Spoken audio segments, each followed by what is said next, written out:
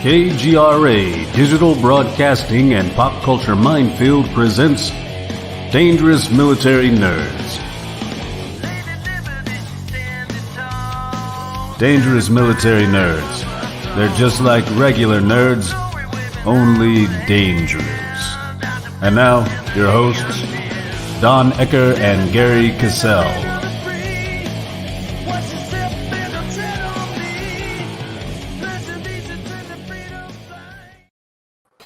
We are here with another show, yeah.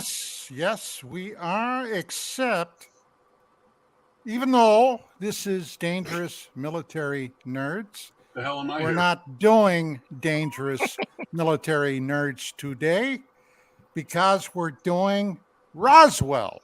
Now, granted, there were dangerous military nerds in Roswell once upon a time.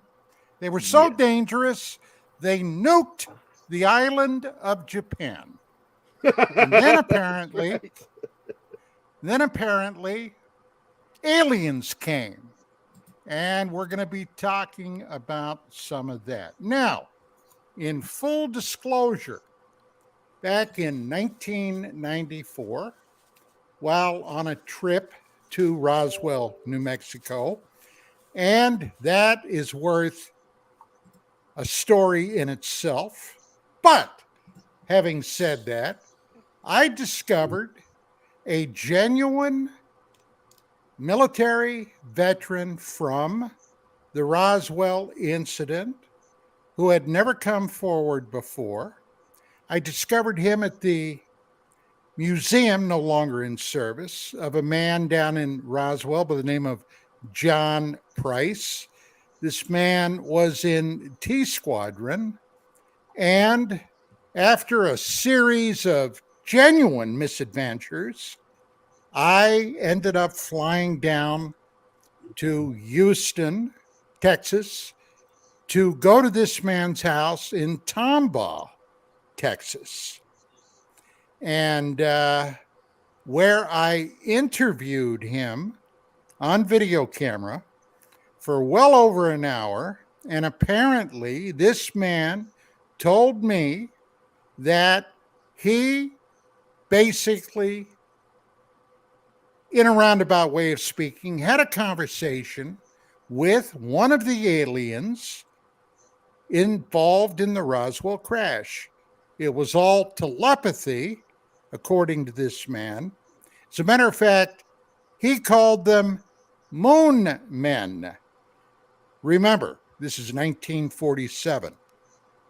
Now, this gentleman was a veteran of the Second World War, had served in the Pacific, and this incident affected him the rest of his life, according to his children. Now, this was the important part of the story. The man kept a piece of debris from the crash. And 3 or 4 years prior to my meeting him, his wife of over 50 years had passed away. And the house he had been living in, he ended up living with his children after that happened. His house was condemned, But when he told me about this piece of debris, I was desperate to see it. Now, at the time, my wife, Vicky, who was the editor and publisher of UFO magazine, I was the director of research, and we had taken a friend of ours with us, Mr. Dwight Schultz, whom you may know from Star Trek, The Next Generation, and also Howling Mad Murdoch on the A-Team. Now, we ended up spending an entire day climbing through that condemned house looking for this piece of debris. This debris, I saw a photograph of it from a Christmas years and years ago, that this thing used to sit on his television set in the living room. Now, after his wife died, everything got packed up. His daughter that he had been living with, all right, until he got tired of her trying to take all of his Social Security money. He moved out. And when we got there, we figured the only place that may have still held this artifact was in a storage shed that this woman had the key to. And she never would come meet us and bring the key. So we missed out on that. But be that as it may, it's a hell of a story. Now, this man carved a series of little alien figurines, okay, out of wood that he presented me with. And I have some photographs of those that I'm going to try to find before the end of the show, and Gary can put up on the screen. But that's one of my Roswell stories, Gary. That's really cool, dude. And from Roswell, that works for the Roswell Daily Record, right? Yeah. All right, I got it right this time. Is, of course, Toby. Toby, I forgot your last name. What is it? Martinez. Martinez. So, like our friend Martin down here, you are of the Latino persuasion. Absolutely. I was going to say, Gary. I would love to get the name of that storage company. The storage company. I'll go start popping locks. How long have you been down there in New Mexico, man? I've lived here my whole life, so 40 years. And I've been at the newspaper 22 years. Were you pretty much baptized in the stories of Roswell? Yeah, it's interesting. Luckily for me, my father was into the topic because a lot of people here just don't discuss it. I mean, I think a lot of people here just think of it more as a tourism gimmick. But I was always down at the UFO Museum and Research Center. It does make a lot of business for Roswell. It really does.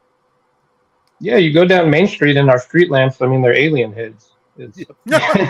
I've been down there. I love Roswell. I'm from Phoenix, so we used to go all the time.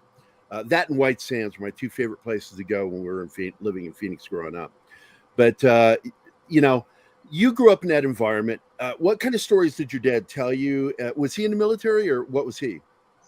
No, my father was a mechanic. He wasn't in the military, but he did tell me about a sighting he had with a bunch of military personnel.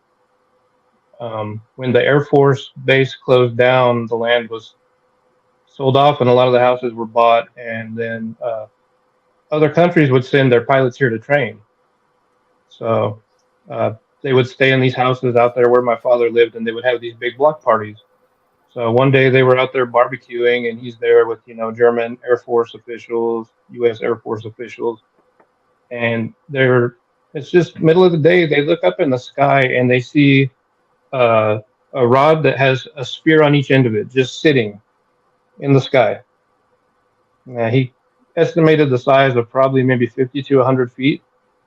So they're all looking, and these are professional pilots. They're wondering what is that? As they're watching, it starts doing a pendular motion, just like a grandfather clock. Oh, that's said, until it spun so quick, it just shot straight up into the atmosphere. And the pilots were calling the control tower. They were calling, the top officials at the base. Nobody knew what it was, and he never got an explanation. That's crazy. So what got your interest in this? And because I know we only got you for about another 20 minutes. So I want to make sure we get some good questions in with you here. What got you involved with wanting to investigate this kind of stuff? Well, like I said, as a kid, my dad told us, that story, and then he would take us out. Anybody that's been in Roswell knows if you drive about 10 miles outside of town, you have a perfect view of the night sky. You can see the Milky Way, and we would see odd lights, and that just started a lifelong interest on my part. Then I went to the UFO Museum and Research Center, and I would meet researchers that were coming through town. They would tell me stories, the crazy stuff you hear, like there's these giant towers on the moon, and I mean, the whole subject gets pretty wild. But yeah, I just happened to luck into a job at the newspaper. that covered the famous 1947 crash, and now here I am. I'm the actual UAP reporter for the Roswell Daily Record. And I've learned recently that there were actually 2 crashes, and you're putting together right now the big Roswell convention this year, right? Yeah, and yes, sir. It'll be June 30th to July 2nd. It's called the Roswell Incident, and my research has shown there was actually 5 crashes that summer. Yeah. I have a map I can send you that shows where the alleged sites were. And yeah, this year we're having some pretty big speakers. David Childress will be with us for the first year. And we're going to do some fun stuff, remote viewing workshops. We're going to do a CE5 heist event. I know Don would be fascinated with that because he is really well versed in the remote viewing department with Ingo Swann and all of that. But gosh golly, I know we're not supposed to talk about that. You've got something that's going to be coming out. Is there anything you can do to kind of like wet people's beak about what you're going to be doing that's being released tomorrow? Okay. Hopefully tomorrow, depending on my editor. And it seems like word of it's kind of already gotten out, so I don't mind talking about that. Okay.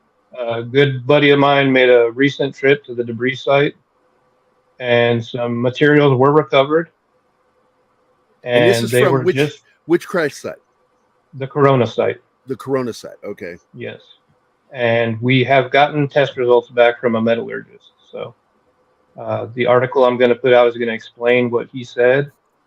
And we will be going back to the crash site, I think on June 29th. So we're hoping to get lucky and find some more fragments while we're there. That's my birthday, so I'm wishing you good luck for that. Don, what do you think of all that, man? Okay, I was just going to pop off here. Look, I've been doing this business for a very, very long time. And recently, this new whistleblower, his name is Grush, has come forward. He's testified before Congress. He's under whistleblower status.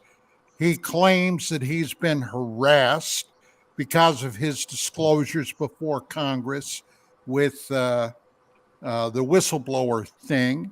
The bottom line is his most impressive remark that I found was that the government, the military, the intelligence people, and now obviously civilian avionics, and I'm talking about the major corporations, have their hands on one or more recovered craft. Now, my research over the last 3 decades has shown that.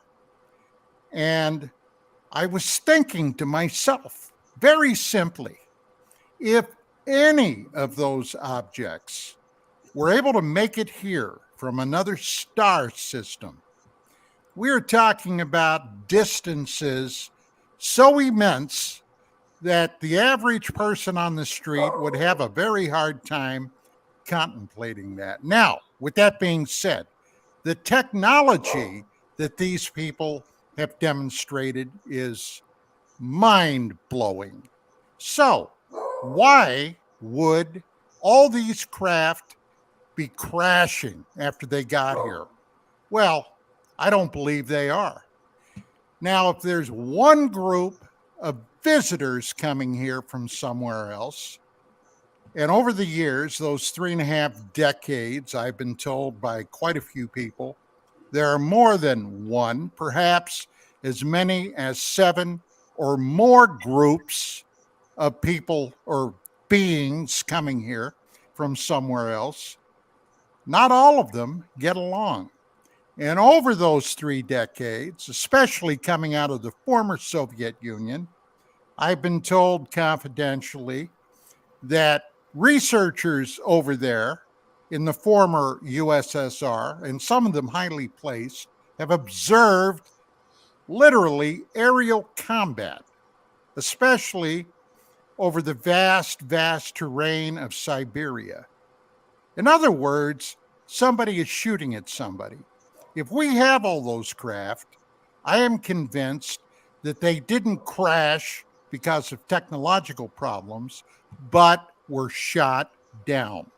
And if that is even close to being true, now you have an idea of why the government for the last 80 years have been so desperate to keep this covered up. Yeah, one thing I did find interesting that David Grush said was they could possibly be from another dimension. What are your thoughts on that? Well, Toby, an alien is an alien is an alien. And to me, interdimensional is no more beyond belief than coming from another star system. And if you get right to the very bottom of it, what in the hell is the difference? Not much. I agree. Toby, let's talk about one that didn't crash, one that's in your backyard, and one we talked about last week that fascinates me to this day because of the lack of attempt of the person who saw this to build any kind of a secondary career off of it, would be the Socorro crash with Zamora. So you're out there and you've read this and that. What's the general view on Zamora's case and your view on that case? Everything I've heard mentioned with it seems to be it was a legitimate sighting. I know there was the story that cropped up that it was college kids playing a prank, but I don't believe that. I think he did really see something, and I think this whole region, I don't know if it's due to all the nuclear work being done around here for those decades or just the vast openness, seems to be an area that draws this activity. We have had recently, a little slight change in subject, we've had several triangle sightings north and south of Roswell within the last month. So there's been an uptick of sightings around the country. So I'm not surprised to hear there's been an uptick there too. What kind of sightings are we talking about? one was a triangular formation of lights that were blue, very large. They stayed stationary to the south of town for around 15 to 20 minutes and then just faded out. A bunch of helicopters were seen in the area afterwards, like they were sweeping for something. And then I got a call when I was at Contact in the Desert from someone, and I got another call about it afterwards, that there was a triangular formation of red lights where you could see like the blacked out shape of a craft in the middle to the north of town that stayed there for about 5 minutes before it just disappeared. So those are the two most recent. What do you think of everything that's been brought out by Grush? I think it's interesting. I think a lot of it to us is similar to UFO lore we've heard before. Now, if he can prove that, if he can point, Congress and the Senate to these programs and bring it to the light of day, I think that would be amazing. But I don't think he'll be proving anything. It seems like he's just a conveyor of other voices. And that's the thing. He can't relate any classified information anyways to the public. So we're not going to end up hearing what they find, in my opinion. So it's a whole lot about nothing in the end. Well, for the public. Here's the thing. At the very heart of this phenomenon, there is a secret, something that's been desperately kept by the military intelligence agencies of this nation since at least 1947, possibly going back literally into the middle of the Second World War. There were people that came forward later with stories. Now, that's the problem with stories. What do you do with a story? You follow it as far as you can follow it, and then you're basically left. What does my common sense say about this? Now, in 1947, over the years, now, Toby, you probably don't know a lot about my research and background, but back in the late 80s, the early 90s, I had been a criminal investigator. I was a detective when I ended up being medically retired. Now, one of the things that I got involved in was mutilation research. Back in the early 80s, I investigated 2 cattle mutilations, all right, which basically really put me on the track of this, what ended up being this whole thing. But I was exposed to some, quite frankly, extremely troubling information in 88, 89 involving human beings that had been mutilated much like cattle. Okay. I got on that for 3 years. I investigated that. Could make very little headway. Okay. But during that period of time, I was interfacing with people from all walks of life, in the military, in the government, in NASA, and other places. And one thing I was told, okay, and I have no idea, none, whether this was true or not, but that in these crashes, i.e., Roswell, something had been discovered, which the indication was it might have been human cadavers. Now, like I said, I don't know that. But the bottom line is, if any of that is even remotely true, you'll know why the powers that be will never reveal everything they know about this. And it's under the auspices of an SAP. Do you know what that is, Toby? Yep, special access program. Exactly. And if that is the case, I personally think it is. If that is the case, even knowing and speaking the name of the program is a federal offense under the Espionage Act. You would be basically banging on national security. So even to know the name of the program can get you in the slammer, federal slammer, for years. So there you go. I personally, and I felt this way for many years, will never know what they know, okay? Because they think it's too damned inflammatory, all right, for the public to suddenly be confronted with this. What do you think about that? Yeah, that from what I've heard, there's some pretty dark stuff that the government knows about, and it's interesting you bring up human mutilations because I've definitely been told about cases like that from some of the sources that I have. Well, I And was the first researcher to really broach that. And let me tell you what, the heat and the horse shit I took during that 3-year period was unfreaking believable.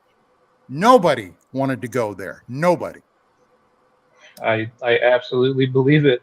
And I think you're right about the special access programs. And I think it's interesting if people want to look into who was involved in the oversight committees for the SAPs, say in the past 20, 30 years, and perhaps did they end up in the aerospace industry? Just some food for thought. I won't get political here because this is not the place for it. However, let's not forget that of the 30,000 emails and such that a certain Democrat had, there were SAPs on that hard drive. Nothing ever came of those. Nothing. Kind of interesting. So I do know the next place probably. I apologize for jumping around here, but since I don't have that much time, I was talking to someone at Tim Burchett's office, and it sounds like actually I spoke with Tim Burchett. The House Oversight Committee is going to be holding hearings. They're hoping before the end of July. And I was told today, it's not 100% confirmed, but that David Grush will be testifying there. Well, that'll be good. The big concern here, and I think Don and I are simpatico on this, is that I don't think disclosure is ever going to happen at the level it needs to. I don't believe the Air Force or the CIA are ever going to come forward with what they know, ever. I mean, when all the branches were told to bring forth all their information, what was the one branch that didn't do anything? Was the Air Force. And that was no big surprise because they're the one that's been at the top of this since 47. So, it's no such coincidence that the U.S. Air Force broke from the U.S. Army weeks after Roswell. Whether they're in talks before is what's important, is that it was made to happen very quickly. And within a week and a half of that, the CIA was formed. And then the National Security Act was signed into law. And that allowed the military government individuals to perform any action in the including pursuit murdering of an American citizen. The national security, including premeditated murder. Now think about that. Think about that. And have they ever done it? Do you bet feel threatened when you do your investigations, Toby? Have you ever felt like you were being watched? I know I've had my computer at work hacked, but I've never felt like physically threatened. I've had people tell me to take down posts that I put up because they feel like some information shouldn't be made public. So there's definitely some BS that goes on. That is don't you for one second think that this broadcast is not monitored. I have been monitored for years. I don't doubt for a second. I don't. I've said it for years. Being friends with Don Ecker has probably bored the shit out of a lot of NSA people watching me bathe. But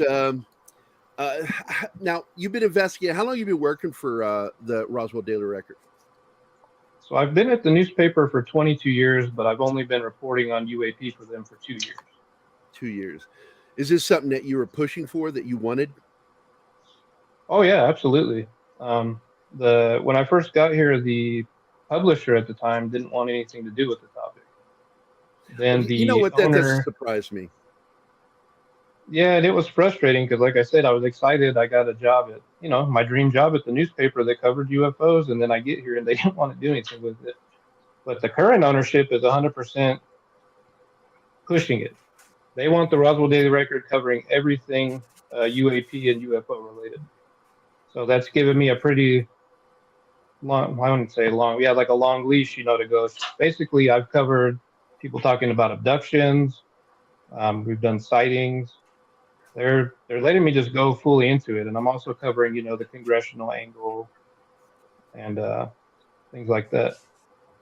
Well, to hop back to your story that you're going to be releasing hopefully tomorrow, and it's already leaked out what's going on, that there was discovery at the Sonoma crash site, right? That was metal. And do you know what kind of metal? Did you see it yourself? I've seen the pictures of it, and I've seen the pictures they took with the equipment at the metallurgy lab. Right. So it is metal, yes. What do you think's going on? You think it's non-terrestrial? Well, I think the initial test results definitely raised some pretty interesting questions. I'll leave it at that. Now, Toby, isn't it true that this metallic debris shows signs of some type of explosion? Yeah, it was shredded or something, right? Yes. Now, what does that sound like? A crash, obviously. Well, what Don's leading up to, and I agree with him here, there's one of two things going on, because I know that there is a belief that somehow our radar arrays, the way they're designed, when we have the big array, has somehow caused technical issues with these objects. But I agree with Don here, and you go ahead with this, Don, because this goes back to the ancient Hindu texts. Go for it, Don. Explain this shit. Well, okay. This field, UFO UAP, is so much more than simply lights or objects in the sky. This involves everything from chemistry to anthropology to ancient history to religion, you name it. And the fingers have been dipped into this overall phenomenon. Now, 30 plus thousand years ago, in the ancient epics coming out of India, the subcontinent, they talk about the ancient gods there and their Vimanas, okay, which basically, when you boil it all down, they're basically flying machines with extraordinary weapons, including weapons like a bright spear. And this, I'm taking this directly from the text, like a spear of light that when it hit, burned with the incandescence of 10,000 suns. People immediately collapsed, animals collapsed, lakes and rivers boiled. Then the area was poisoned. Now, that can only be one thing if what they're saying is true. An atomic device of some type from 30,000 years ago. And to this date in India, you can still find these areas with extraordinarily high levels of radioactivity. And the same thing in the Middle East, okay? Zecharia Sitchin, who wrote the Earth Chronicles series, I was a very close friend of Sitchin's. And there were wars fought there amongst the various Sumerian gods that were identified as the Anunnaki, where these extraordinary weapons were used there. And you can still find the sites with radioactivity. So it's not a stretch to believe, and 30,000, 20,000, 15,000, 5,000 years ago, in the scheme of things, is barely an eye blink, that these things are still ongoing now. Ergo, my contention that they're still, for whatever reason, fighting, usually outside of Earth, but at least in near Earth orbit. And these things, well, where else would they go? They're damaged, they're shot up. I mean, look at what our World War II, our Korean War, our Vietnam War pilots did when they suffered aircraft damage. They had to come down wherever they could. And then you not only have the downcraft, you have these people, and you got proof of combat. This is still happening. I'm convinced. And I agree. And I think that stress metal, that's part of this investigation, Toby. I think that that's a sign of something more than just a crash. That kind of damage. It's very possible. I do know people at the laboratory seem to think it had been through a lot of trauma, whatever happened to this material. Yeah, because you expect a certain kind of stress with a crash. But with what was, because I read the article, by the way, I got to read it. That sounds to me like this thing was put under additional stress than just crashing. So I think Don's really on the mark on that one. But look, I know we're at the end of it because you had like 30 to 35 minutes. So I don't want to keep you longer than you have to stay, man, because I know you journalists and you're having to type all the time or you die. But I want to thank you for being here, Toby. Love to have you back again, man. I'll stay in touch with you, okay, if that's all right with you. Yeah, absolutely. Absolutely. It's been a pleasure and an honor being on today, and I had a really good time, and thank you all for having me. Well, thank you, Toby. And of course, this is the website for the UFO Festival. It's from June 30th through July 2nd, Roswell, New Yeah. Mexico. It is. And for our event specifically, you can go to roswellincident.com. And for this website, it's ufofestival.com. And you're the guy who put this whole thing together, right? That's what I was told. No, I put together the Roswell incident. It's that's part it. of what goes on in Bill the was city. telling me you put that thing together. So, okay. Is it just a specific show within the festival, the convention? Yeah, so we have 3 rooms that will have speakers going at all times. You know, we've got John Alexander, Nick Pope, Ben Hansen, Chuck Zukowski, speaking of cattle mutilations. Do we have any of those left from the 47 incident still alive with us? Anybody? Not that I'm aware of. I was lucky enough to speak with a few of them before they died, so I did get to hear some of the testimony firsthand. So I feel privileged to have, and I wouldn't doubt anything I was told. Toby, got one quick question before you leave. Sure. Were you a fan from 1999 through 2002 of the television show Roswell?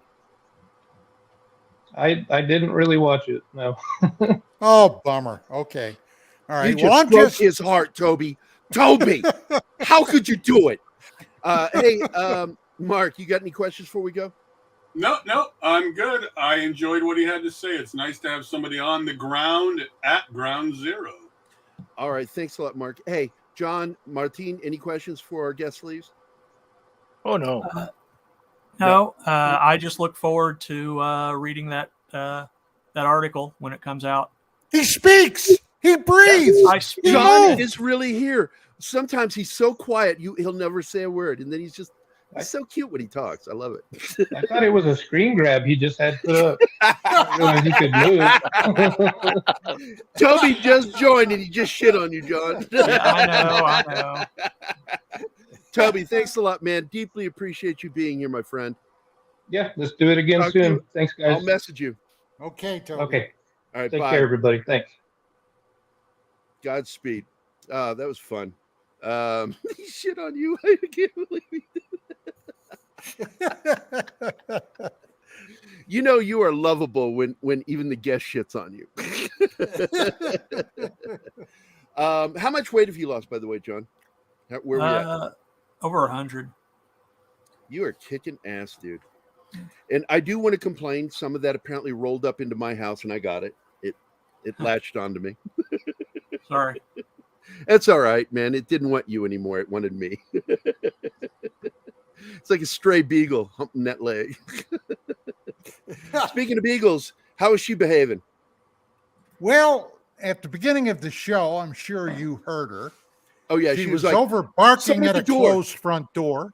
Someone's at the door. Someone's at the door. Yeah. Man, oh, man. Well, I'm really looking forward to seeing the final article because I guess it's got to go through some editorial changes. I hope they release it tomorrow. I've subscribed to the newspaper just so I can follow on what he's writing. I'll tell you the other thing, Gary. I have no doubt, and Mark and I have talked about this. Mark and I have discussed this, and you and I to a lesser degree. If the American public had an inkling, had a clue of how much bullshit we have been fed concerning all areas of life, we would go nuts, okay? We would go nuts because the UFO field is just one example. I can remember when the Lonnie Zamora case broke back in '64. I was just a young kid then. It came out in the news story. It was even in our home newspaper back in Pennsylvania, a short article in the middle of the newspaper, but it was a Friday afternoon. My parents and were getting ready to go to the drive-in. They were taking myself and my sister, and we were waiting for the sun to go down. I was in the dining room doing something, when all of a sudden my old man started yelling at me, "Come here, come here, come here." And I didn't know what the hell he was going on about. So I walked in there and he shoved the newspaper at me. Read this, read this. And it was a story about Zamora and that landed thing, whatever it was. He had been chasing a speeder, and then he heard this tremendous roar, if I recall correctly, and there had been a dynamite shack or something out in the desert. He thought, well, maybe that blew up or something. He stopped his pursuit, went out into the desert in his patrol car. When he encountered that landed egg-shaped craft and a couple of small beings walking around it, blew the poor bastard's mind, okay? He jumped out. He's watching this. These entities get back on board the craft. The craft lifts up, blue flames coming out of it, goes up into the sky, and then poof, it's gone. Now, he ended up making the report.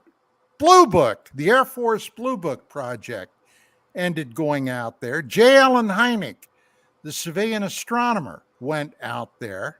They examined the site where this thing had landed. They found evidence of the burns. They took samples and what have you. And then one of the stories, and I'm sure this came out of the Air Force, one of the stories they started floating around, and it was pure horse shit, by the way, was that NASA might have been testing a lunar lander. Well, anybody that's paid attention knows exactly what those lunar landers look like, what they could do. I doubt they would even operate within Earth gravity, okay? But it obviously wasn't that. Then skeptics like Phil Klass, and if you don't know who the hell he was, if you're new to the field, look him up. Philip J. Klass, Klass, okay, had been a senior editor with Aviation Week and Space Technology magazine. And he was one of the premier debunkers, not skeptics, a debunker. Tried to claim that it was a gig worked up by the mayor of that little New Mexico town out there and the cop, Lonnie Zamora, to promote, okay, people coming in basically as a tourista stop, a tourist spot, much like Roswell is today. Well, the fact of the matter is, it's one of the best cases that's ever come out of the field, all right? It's never been explained. It's never been proven one way or the other. It is truly an unknown. And I'm glad that people are still aware of that case, Gary. Yeah. Also, the amount of, let's say that was a lunar lander, okay? Think of the support that it would take to get it out there, to then, I don't know, it goes up into the air and goes nowhere because there's nowhere for it to go, for it to come back down, to be picked up by a crane, a helicopter, to be moved. The amount of support for that to work would be incredible. You're just not going to fly this from Vegas out to New Mexico and back, right? I mean, it doesn't work that way, so it's ridiculous. Yeah, it wouldn't have the You're fuel. absolutely correct. It wouldn't have the thrust because they're designed only to lift in 1/6 gravity. Right. It's just ridiculous. And again, the thing for me is his behavior. His behavior was, leave me alone. I'm going to quit my job because I don't want to bring this down. He absolutely did the opposite of attention seeking. Yep. And but you brought up something else, Don, that triggered something else in my head, which is we have all these people that I do believe are shills for the Air Force, NASA, and CIA. And one of those pieces of shit, and I've watched his video and immediately my bullshit detector went off while listening to this guy talk, is Stephen Greer. He was on Sean Ryan's show. He did 2-hour, 48-minute interview. I watched the whole thing. Oh my God! And I felt like I just wanted to start punching the screen when he was talking. The guy is so ridiculous with his stories. And look, it's the whole plausible deniability thing, Don, is what I'm trying to get at. And I've had experience with Greer going back to about 1990 or thereabout, 90, maybe 91. Greer called Vicky and I up at UFO Magazine, wanted to have lunch with us. And we made arrangements to meet at an eatery downtown in LA, met him down there. Very affable man. At the time, he was touting his emergency room medical doctor degree. Greer, of course, you never hear him mention that these days. Why, I'm not sure. I never actually cared enough to research it. But he used to be Dr. Greer. Now he's Stephen Greer, okay? So we meet, we sit down, we order our lunch. Vicky and I are quaffing down iced tea, and we start talking about the overall phenomenon. Now, initially, Greer is basically, at that time, convinced that the aliens, okay, the ETs, the visitors, are strictly benign here for our own good. Now, just so happens that at that period of time, I had just written an article for the magazine about human witnesses and human, basically, inadvertent casualties of the UFO phenomenon. There had been literally, at that point, I had documented hundreds of people that had been either seriously injured or even killed. Now, in full disclosure, a lot of those fatalities had been from military aircraft going up in pursuit of the UFO phenomenon. But be that as it may, okay, a lot of people had been hurt or killed. When I mentioned that to Greer, Greer practically went into orbit. Then he began preaching to me, okay, me, who had been a cop for years, who had scooped people up off the highway and the sidewalk, taken them to goddamn hospitals and emergency rooms. He's preaching to me how he, as an emergency room physician, often had to do something quite painful to his patient in order to save him. Well, I mentioned usually that he wouldn't be going in somebody's bedroom at 2, 3, or 4 a.m., waking them out of a sound sleep and then doing something painful to them for their own benefit. He didn't like that. Well, by the end of the lunch, we agreed that we were disagreeing, and that was the last I had any contact with Greer. Although, later on, several years down the road, I did have some contentious contact with some of the people in his little cultish group, C. SETI. Now, with that being said, we did an issue in UFO Magazine one summer called, the theme of the issue was Cults or Cutting Edge. And this involved a lot of, at the time, UFO type groups that were cultish in their behavior, things like Heaven Gate, the Billy Meyer situation, the George Green and the Phoenix Liberator. Now, a lot of people won't even know who those people are because it's been so many years since they were prominent. But yeah, and we mentioned Stephen Greer and C. SETI, Sure, he was. which led to Greer's associate writing me a 15-page handwritten letter, okay, that seemed to take me all afternoon to read and decipher. But they wanted to debate me on the CompuServe computer service. Now, it just so happened that I had a freaking radio show. So I got back in touch with this guy and I said, why debate me on CompuServe when I can bring you down to the studio and we can do it on live radio, which we ended up doing. And at the very end of the show, now, what we used to do, and this is just a little preface, whenever we would have a guest come down to the studio, okay, Vicky and I would take them to dinner first. All right.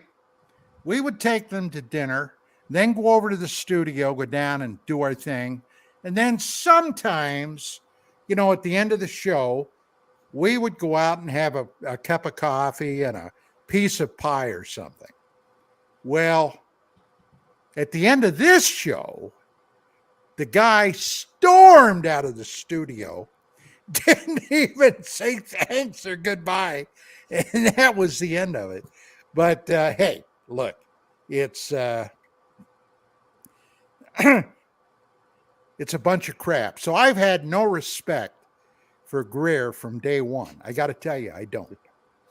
Yeah, I didn't even really know much about him until I saw him on Sean Ryan, and I immediately contacted him. I'm like, who the fuck is this guy, and why is he telling these weird stories? Never heard of these before, nothing. And he was like talking about like this is matter of fact, and my problem is I feel he's part of the disinformation thing that's going on. With I know the Air Force, NASA, CIA all throw out these people to start telling these stories, to start making people be, one, desensitized to the subject, two, question even the valid stories. They're out there. Greer is out there to do damage, is what I believe. No, I disagree. All right. Totally. Okay. He's not out there to do damage. He's out there to increase the size of his wallet. Well, he has from day one. Okay. Look, there are a lot of stories I could tell you about personal experience with this guy, but the one thing has always been the bottom line, the dollar. Now, let me give you one quick example. We were getting a bunch of angry phone calls from, and UFO Magazine, from Greer's group. How come UFO Magazine never does anything about our organization? You never talk about us. You never do this. You never do that. So Vicky said, well, you know, they may have a point. Let's see if we can have somebody go down and cover a meeting that they're having. So we called up my buddy, Richard Saraday. Now, Richard was always good for something like that. He was an excellent writer.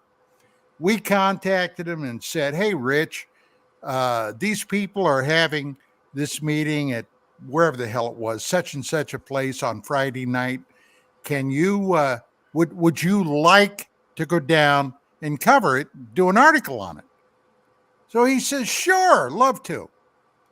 So he gets his pens and his paper and all that shit. He goes down to the meeting. He says, hi, I'm Rich Saraday from UFO Magazine. I'm here to cover your meeting. Well, it cost $125 to go in there. What? Well, yeah, that's the entrance fee. No, you don't understand. I'm here from UFO Magazine to cover. Well, yeah, but you got to pay. And he said, basically, fuck this, turned around and left. So that tells you all you need to know about these guys. I think Greer is a perfect example of this. By and large, anybody can be a UFO expert. By and large, right? There's no piece of paper that you need or anything. You do some research, however much you want to do, and then you put yourself out there. And if you have a good spiel, if you're good on camera, you'll get asked to do it again and again. We've seen this for decades. Some of them stick around, like Stanton Friedman. Some of them don't. Greer is a perfect example of this. He puts himself out there. He builds up his case, and he sticks to his case, adds to his case, probably makes up to suit his case from what I've seen. He's the perfect example of a UFO expert. Well, we have to go to break. Oh, it is time for a commercial break. Yes. All right, Chanel, take us away. Hi, guys. This is Gary from Pop Culture Minefield here on KGRA, and we're leaving for our first break. I hope we survive. Did you know 75% of Americans are chronically dehydrated? If you struggle with focus, run low on energy, or when it's time to finally sleep, you simply can't, this can all be linked to dehydration, and Fuel Up has the answer. Our proprietary formula contains the finest cellular hydration with the strongest immune-enhancing natural ingredients. The Fuel Up system is made up of 3 different incredibly tasting varieties. Wake kickstarts your day with a jolt of caffeine. Play boosts focus while hydrating your cells. Rest not only helps you relax, but also rejuvenates your cells while you sleep. Here's what our clients have to say. I really don't miss my coffee, and you can tell the difference. So I'm going to take it for the energy. I'm going to take it for the play. I'm going to take it, all day. And it works. That's the thing. It works. We love it. Take the Fuel Up Challenge now, where we offer a Feel the Difference money-back guarantee. Fuel Up for life.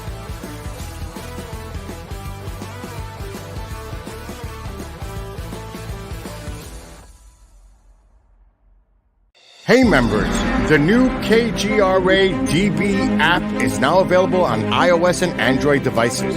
Gain on-demand access to any KGRA DB programming. Download any show directly to your mobile device to listen or watch on the go. Go to the App Store and search KGRA DB. Oh, wow, we survived. Welcome back to the commercial break. Now for some more Pop Culture Minefield on KGRA. We are back. Yay. It was nice having Toby on here. I hope we get him a little bit longer next time. But I don't know where you want to go with this, Don, because there's so many ways and things we need to talk about with this whole Roswell thing. I would really like to. Actually, where I'd love to go right now is go take a nap.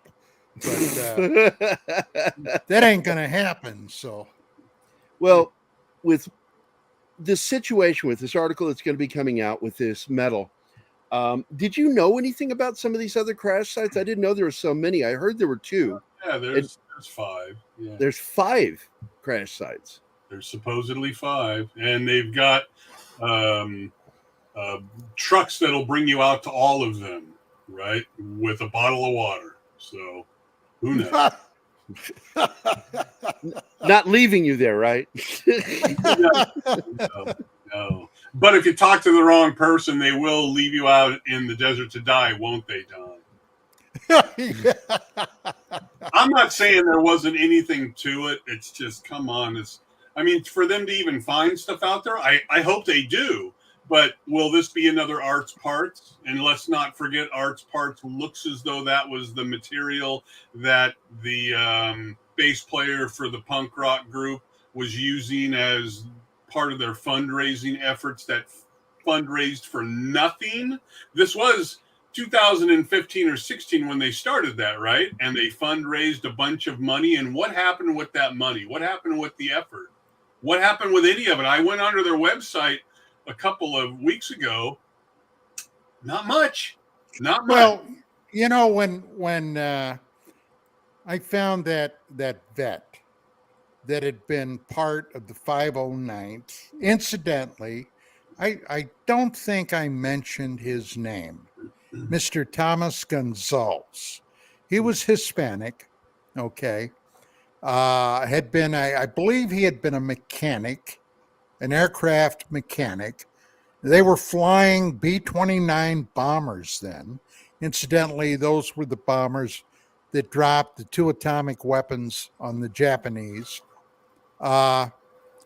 T Squadron, his squadron, according to what his testimony said to me, had been called out to help scour the site where this object came down.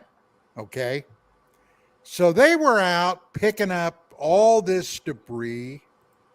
And that's when he encountered the still living entity that he claims he was in communication with.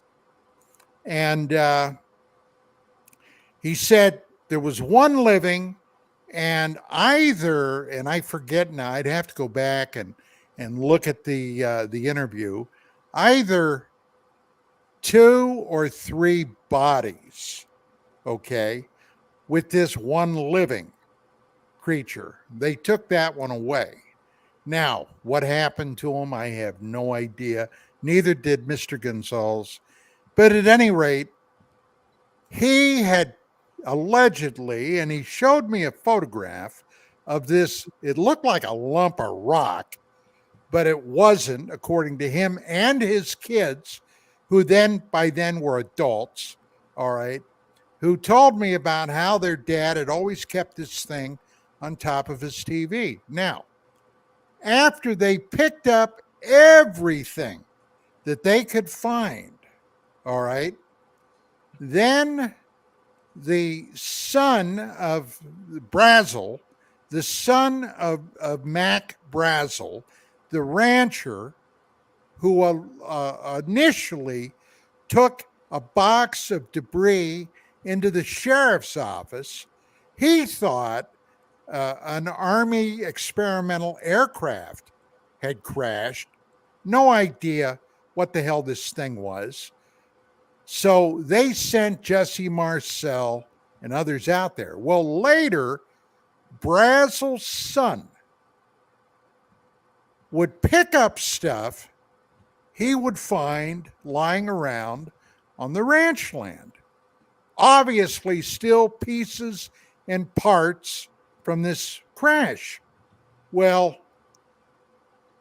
from what I understand, and I got this from several sources, he liked the John Barleycorn. He liked the beer.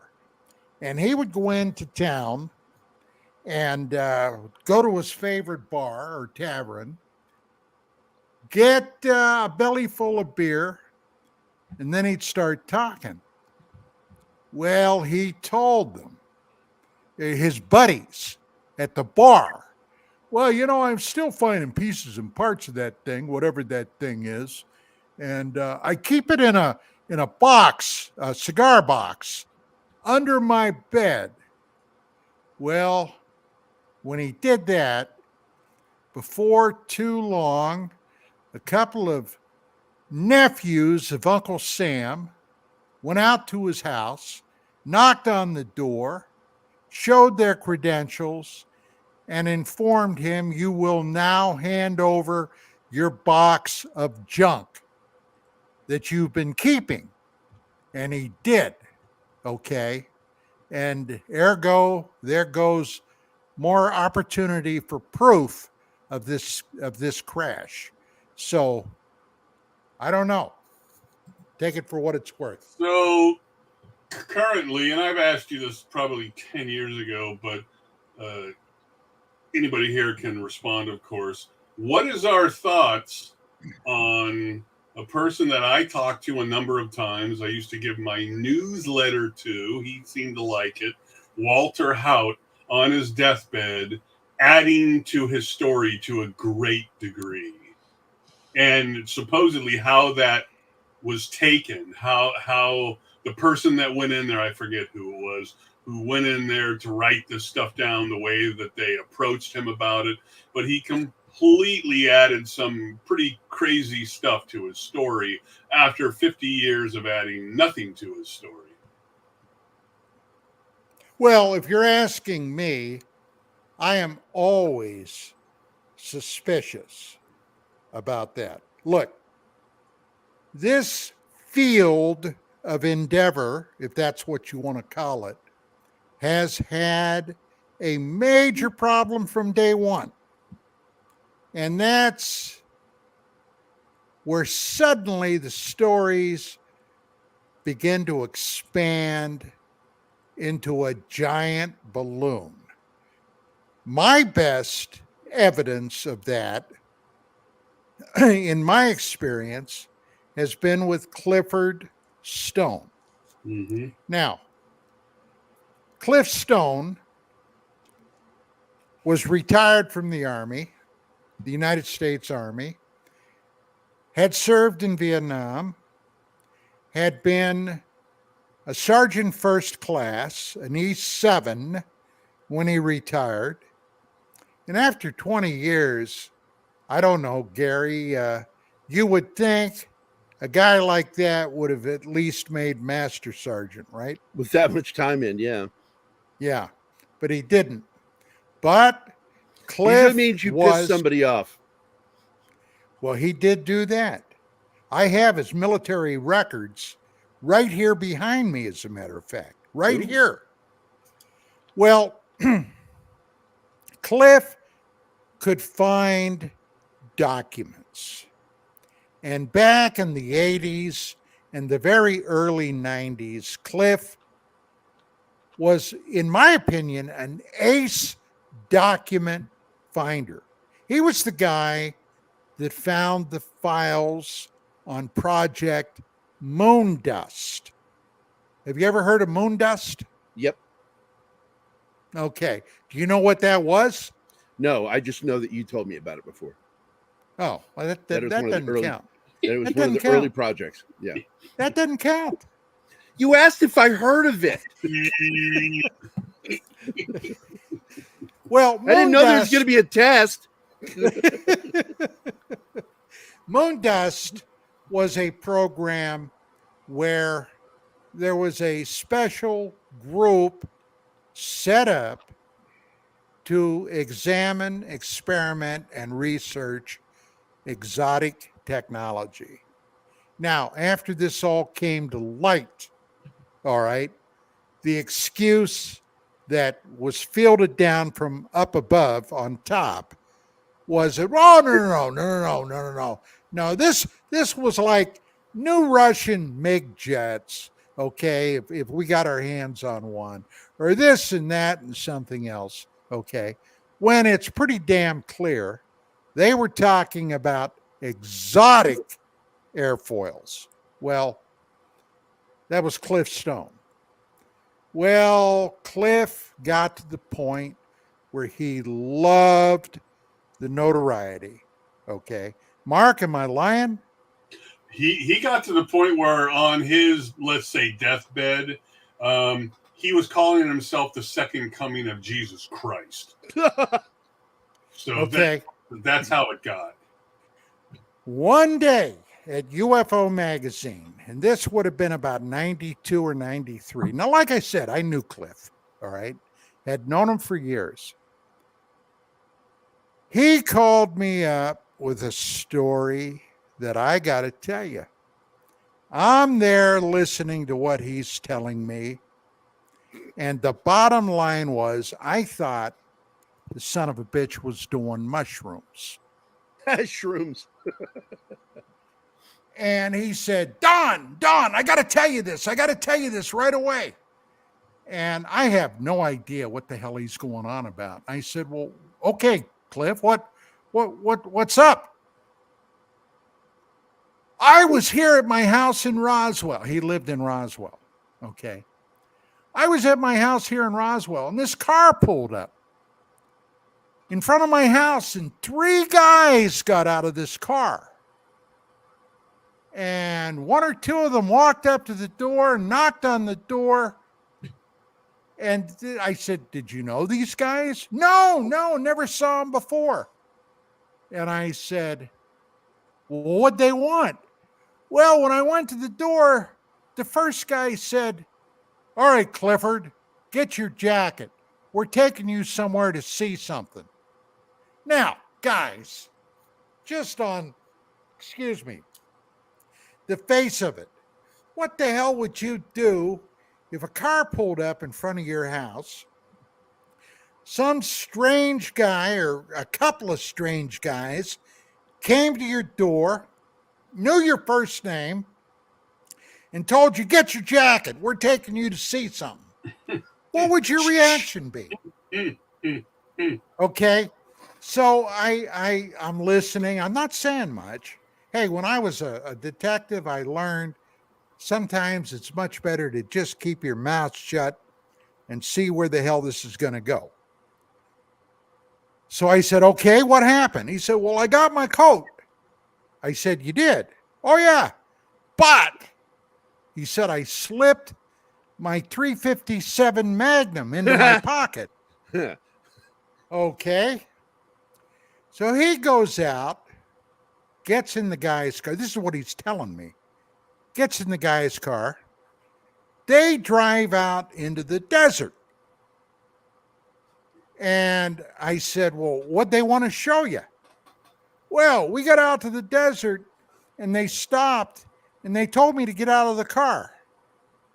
And now I'm thinking, this son of a bitch is, he's on a ride, dude. He's on a trip.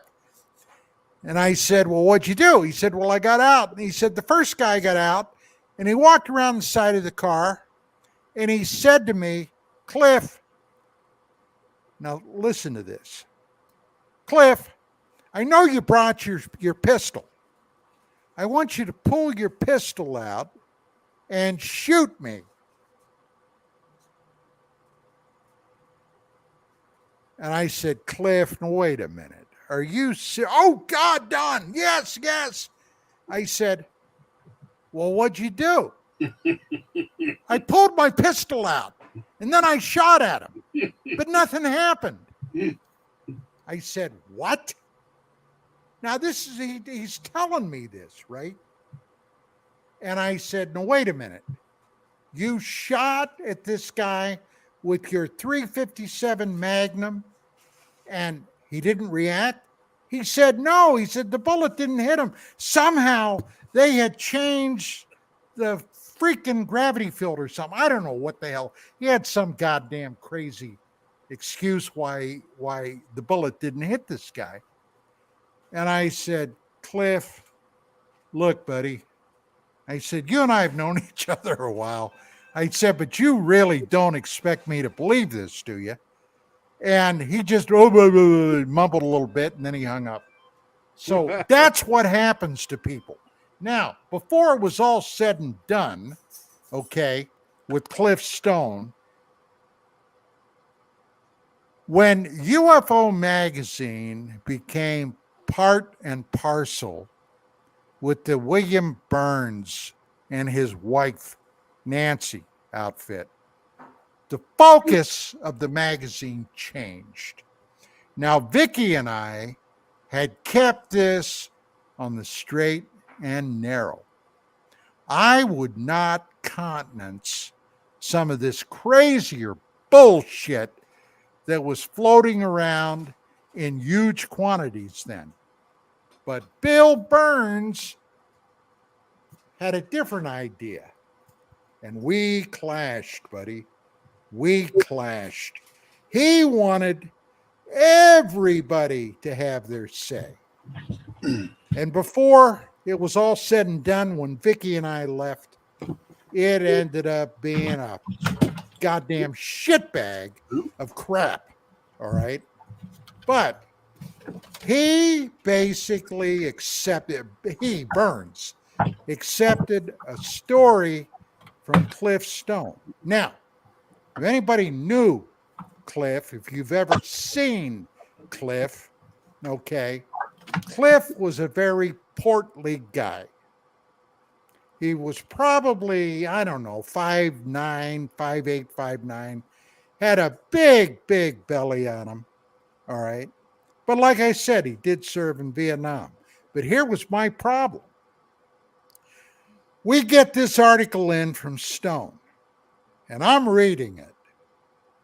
And by this time, Cliff Stone was painting himself as this covert, exotic research investigator guy within the Army as a basically UFO expert. Okay. Well, in this article, he's talking about one time in Vietnam where his controller, he called him the colonel, his controller wanted to see Cliff. Now, this is in Vietnam, within a fire base, all right, surrounded by watchtowers, barbed wire, you name it. Why? Well, because Victor Charlie was out in the field somewhere. And his controller, according to Cliff in this article, wanted to debrief him on something Cliff had allegedly been involved with. This is what I'm reading, right? So what Cliff said he did, he crawled out through the barbed wire, went out into basically the bush, went to a prearranged spot, met his controller, was debriefed, then came back in, crawling back through the barbed wire into the camp. Nobody knew he was gone. Now, when I read that, I looked at Burns and I said, do you realize how much horse shit this is? I said, buddy, I was in Vietnam.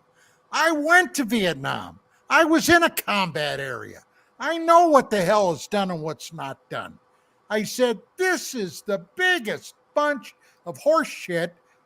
I said, I'm not signing off on this story.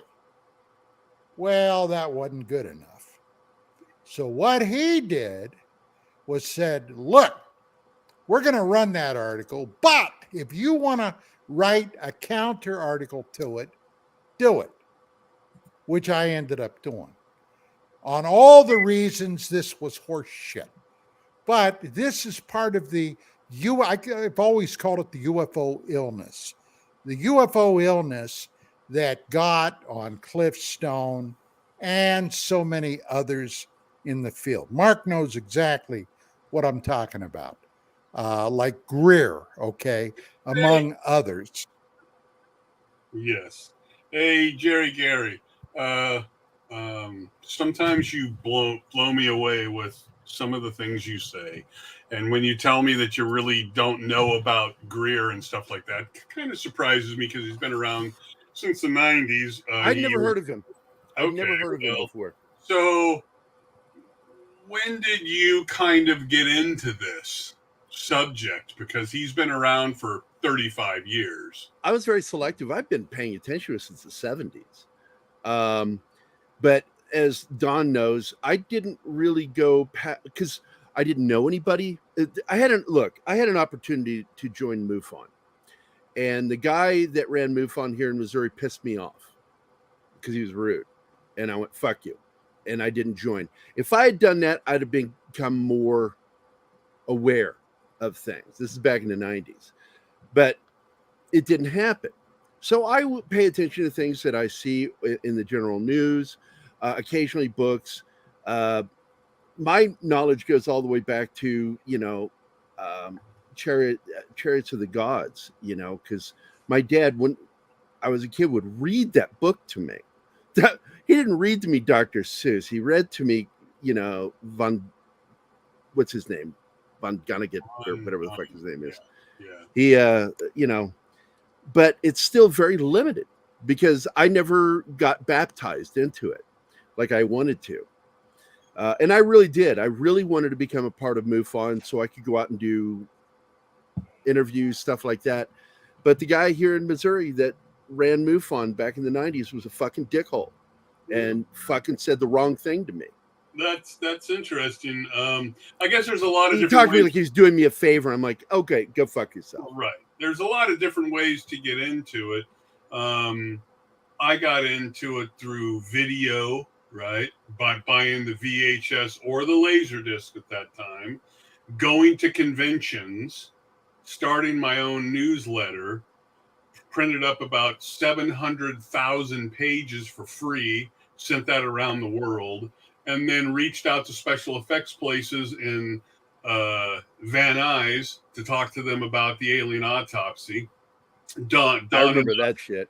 Don and I were on the CompuServe's forum from day one, where we would ask the questions of Santilli and those guys, and just by way of that, and of course I wasn't married at that point, but just it was pretty simple to get overly involved if you wanted to, just by going to the conventions for one thing. And I saw Don at a convention, I think it was in Burlingame in the 90s, and he showed some STS style stuff, but that was still not out there yet.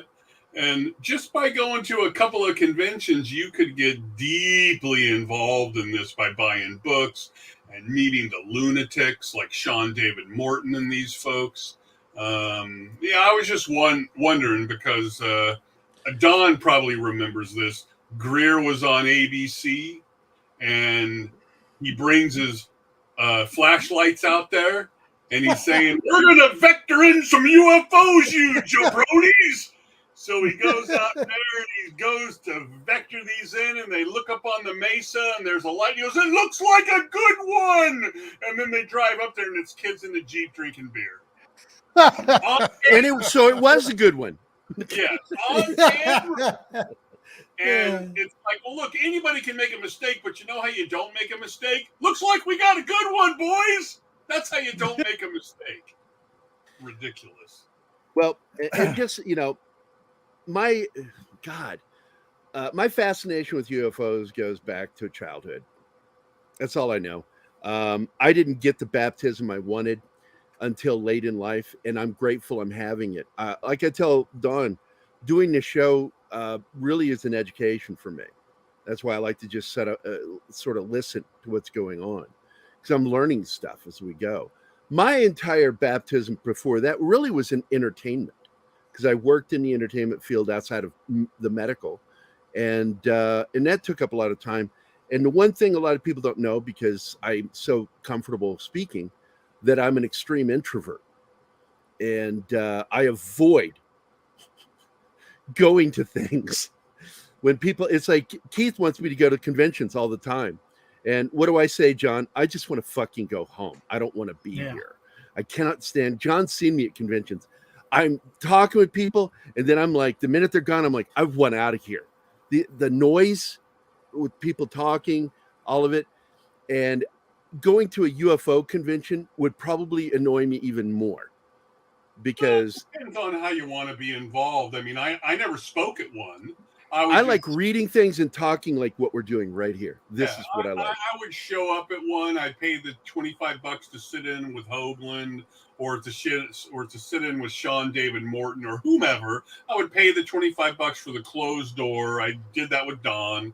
And then just walk around and sort of, it's like any other convention, a toy collecting convention, whatever. It's however you want to be involved in the thing, right?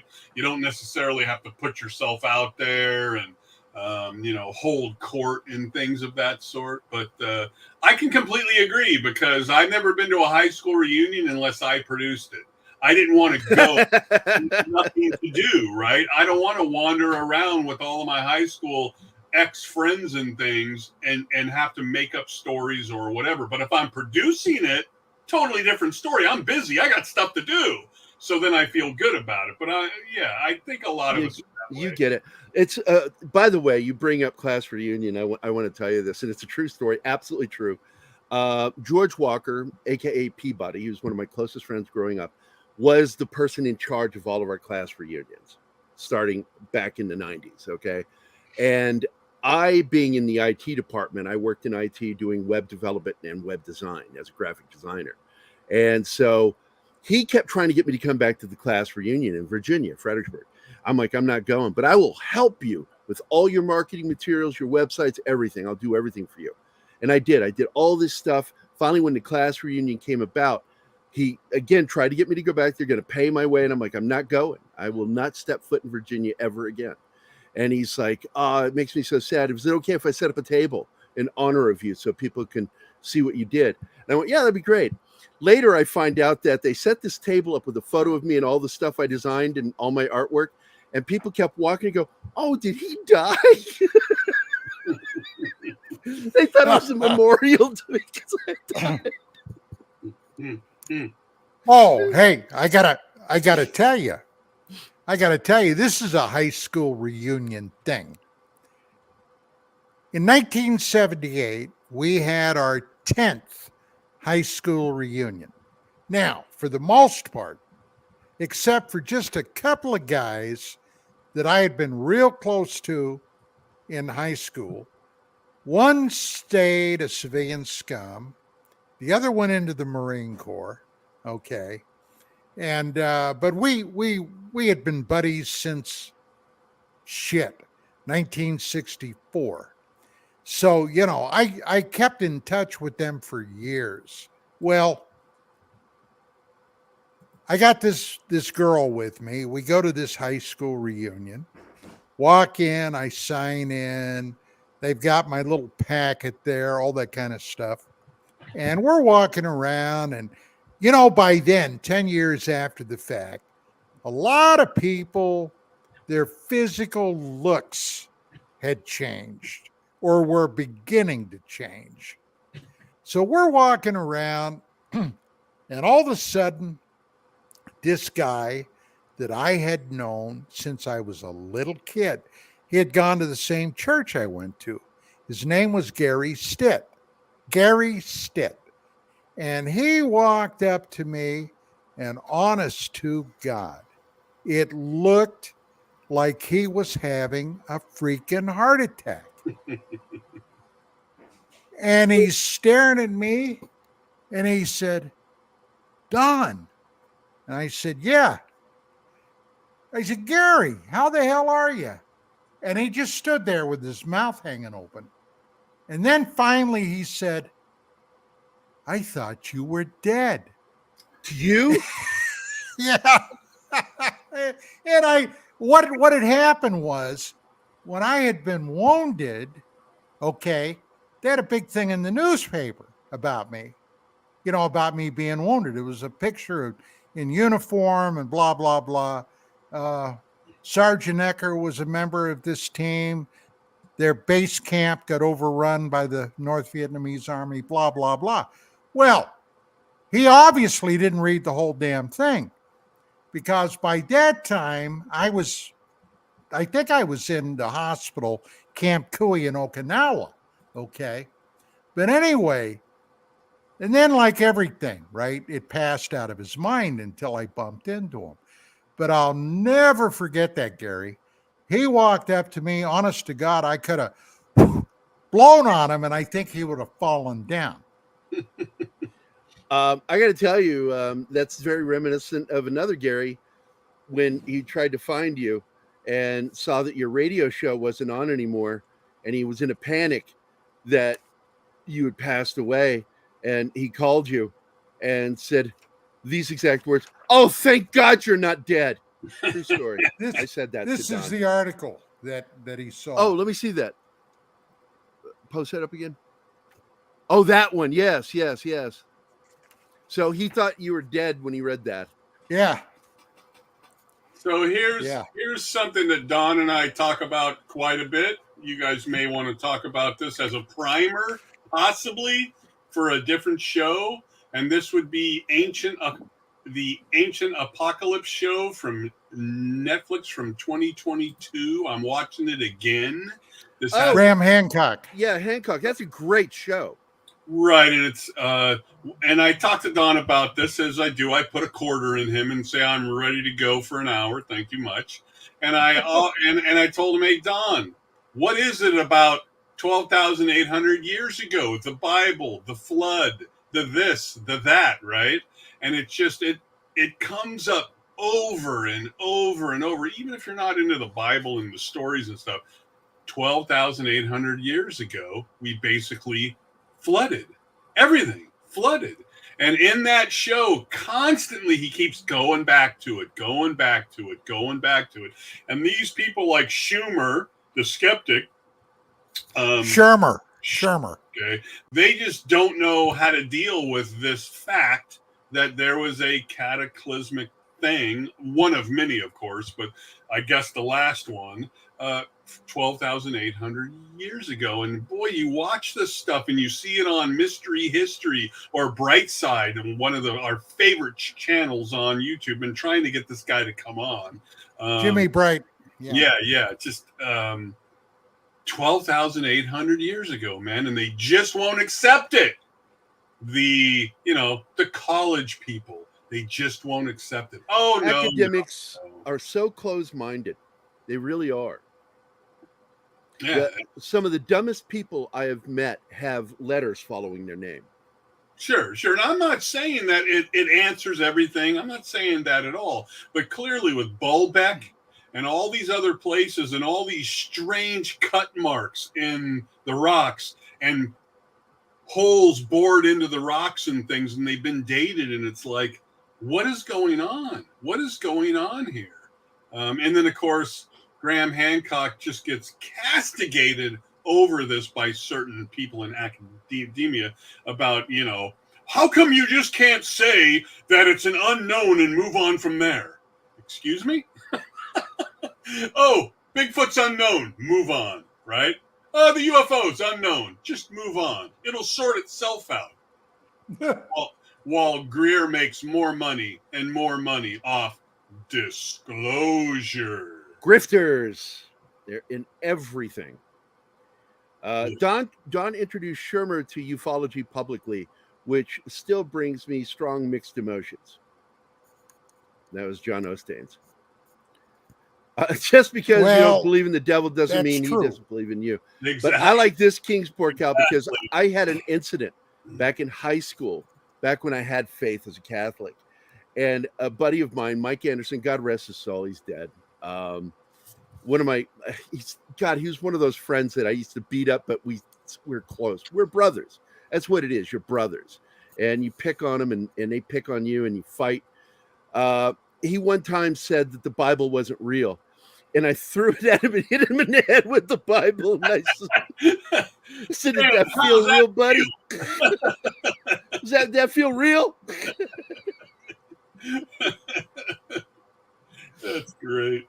But, I grew up with Catholicism, and it's I love the Bible. I still like reading it. I like reading the King James, the Catholic Bible. The only one I don't like is the new, what do they call it? The New World Bible, which they made it modern English, and it just is weird. And then this dude came down from the mountain. Yeah. Then the dude came down and said, yo, believe in me. He who believes in me, man, will be totally awesome. Way to go, Socrates. Socrates. I had some Socrates in the army. That's where I kept my socks, in the crates. But all I can think of is History of the World. I bring you 15.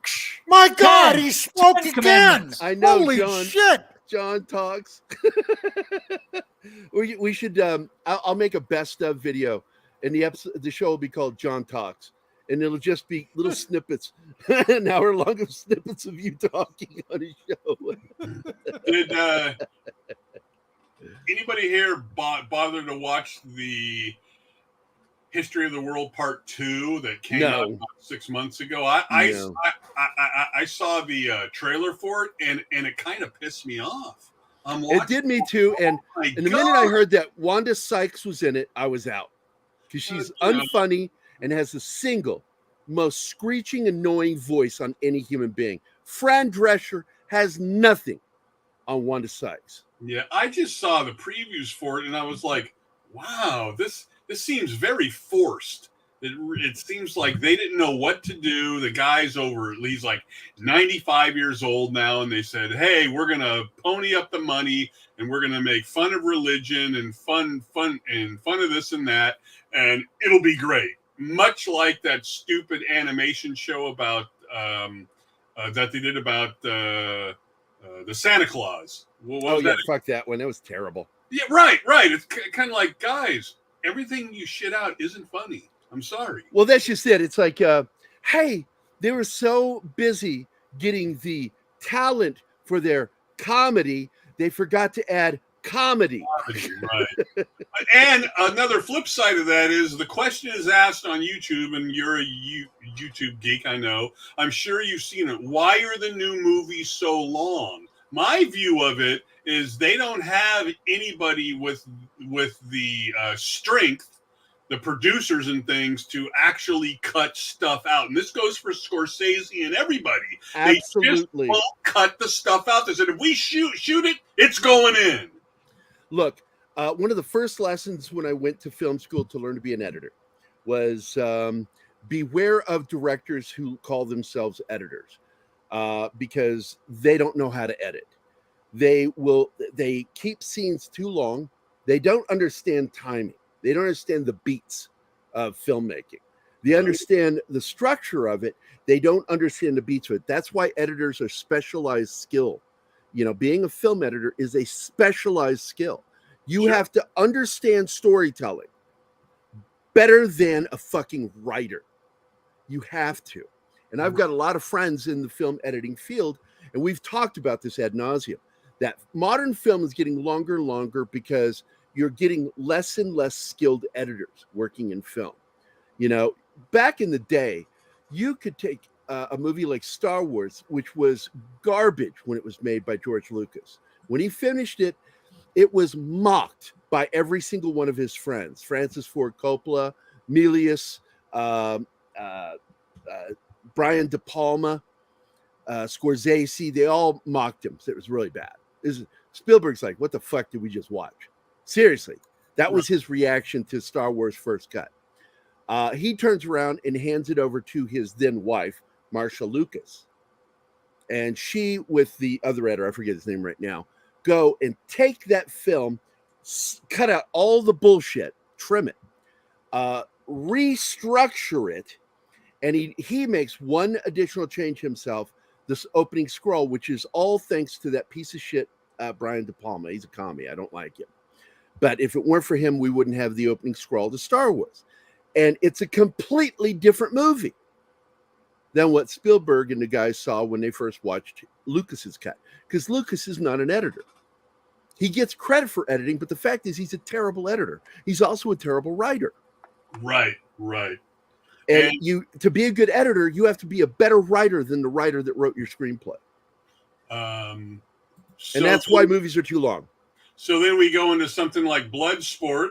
No matter what you may think of that film, it sucked until they brought Van Damme back in and said, let me shoot the fight scenes. And he did, and boom, it's a classic. It was horrible before that.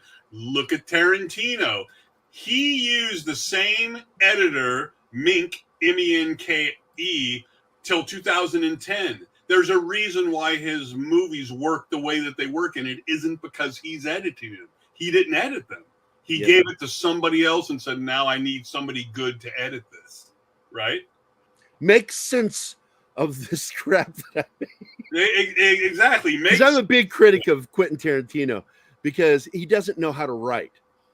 And proof of that is all of his dialogue, as great as the dialogue is, has really very little to do with the story. And it's too cool for the room. I mean, that's what he likes. That's just it. He's really good at snappy dialogue. Right. And a lot of people like it. Hey, you know, the public. No, I like it too. Yeah. I just am not going to call it great screenwriting because I know it's not. I mean, I know a lot of his background and stuff, but what I don't know is in Pulp Fiction, did he shoot it in that order, or did he just shoot it and then gave it to Mink and said, now do something with this? Because it was very clever. It was very clever. The one way you can do that is get the shooting script. because the shooting script is the direction that he would have wanted it edited, and that's all you got to do. And all of his scripts are available. Shooting scripts are available. Oh yeah, I just But it's a good question. It really is. I'm curious about that now, and makes me want to go read his script. But if you're asking me to read, that ain't gonna happen. I know it's tough. Well, being Pazuzu and functionally illiterate. Reservoir Dogs, Pulp Fiction, The Hateful Eight, Inglourious Bastards. Okay, I cannot put them in a classic Gary genre. Sniffing Glue. But they were all, I found them all great freaking movies. Oh, hey. They're fun. They took me away for a couple hours and made me forget about bullshit. And, you know, as much as I consider Quentin Tarantino a dog, all right, he can make a good freaking movie. Absolutely. Absolutely. I was still in the Army when Reservoir Dogs came out. And I went to see it with a bunch of my buddies on Post. We saw it in the Post Theater. And I walked out of that thing going, it's like he stole from two movies. More. Combined, because the two films in my mind were The Killing by Stanley Kubrick and the Chinese Hong Kong crime film. I forget the name of it. Right. And where they had the guns aimed at each other. Yeah. And I'm like, it's like he took the best elements in there and he left one of the most important things on the floor. And my buddy's like, what's that? I said, the actual heist.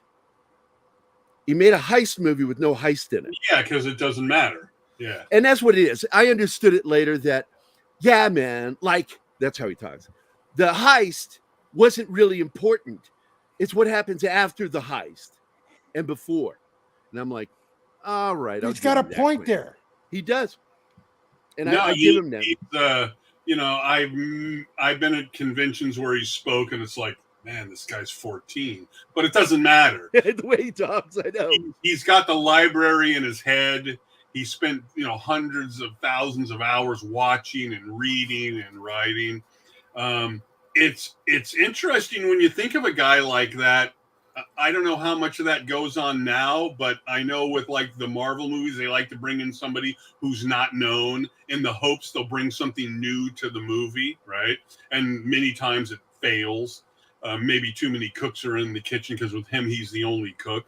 But isn't it it's interesting that he does the Reservoir Dogs, and then his next movie is Pulp Fiction, which is like it comes out of nowhere for most people. 3-hour film, got some pretty big stars in it for that time, right?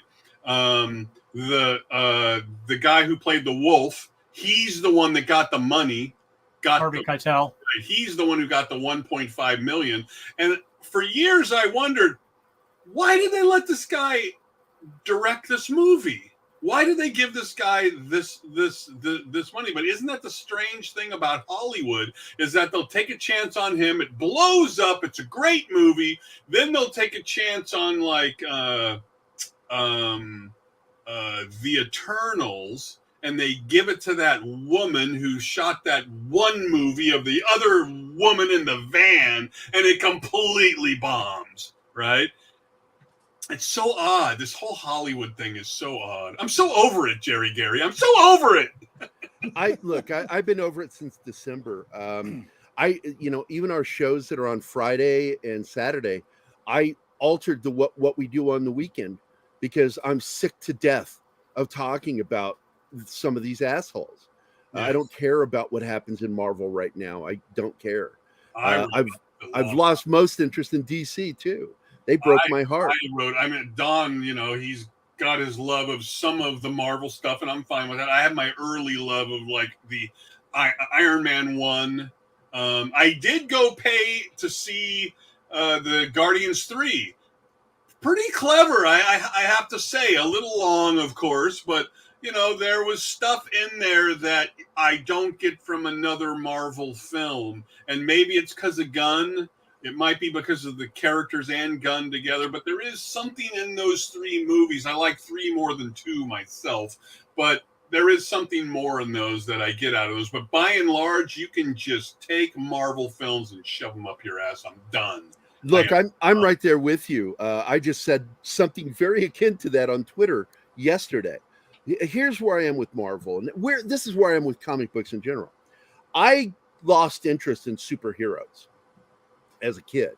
The only characters I liked in comics and the kind of comics I wanted to read were combat comics or comics about humans dealing with crime. I like Batman. I like Daredevil. I even like Spider-Man to a degree until he started mixing too much with the Avengers and all that shit. I lost interest in that. I liked Wolverine. Everybody goes, oh, then you like the X-Men. I said, I like Wolverine. I didn't care what he was doing. If Wolverine's in it, I'd read it. You know, and it's like DC, Marvel. I like the realistic stuff. I quit reading Superman when I was 9. I didn't give two shits about Superman. I wanted to read The Greatest Detective, Batman, because he was Sherlock Holmes that committed to violence, and I liked that. And that's what I like. That's all I like. But Batman's a fascist, right, Don? But we like fascists. Yes. At least what these woke pieces of shit call fascists. If you get called a fascist today, you're a hero. Because you're clearly not a real fascist. The last 2 films to come out, Flash, going to lose at least $300 to $400 million now.